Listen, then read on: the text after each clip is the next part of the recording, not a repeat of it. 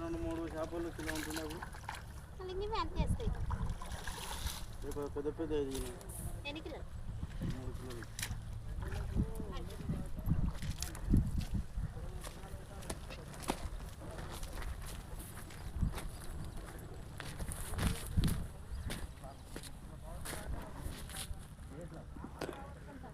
బిదనపల్లి road main road.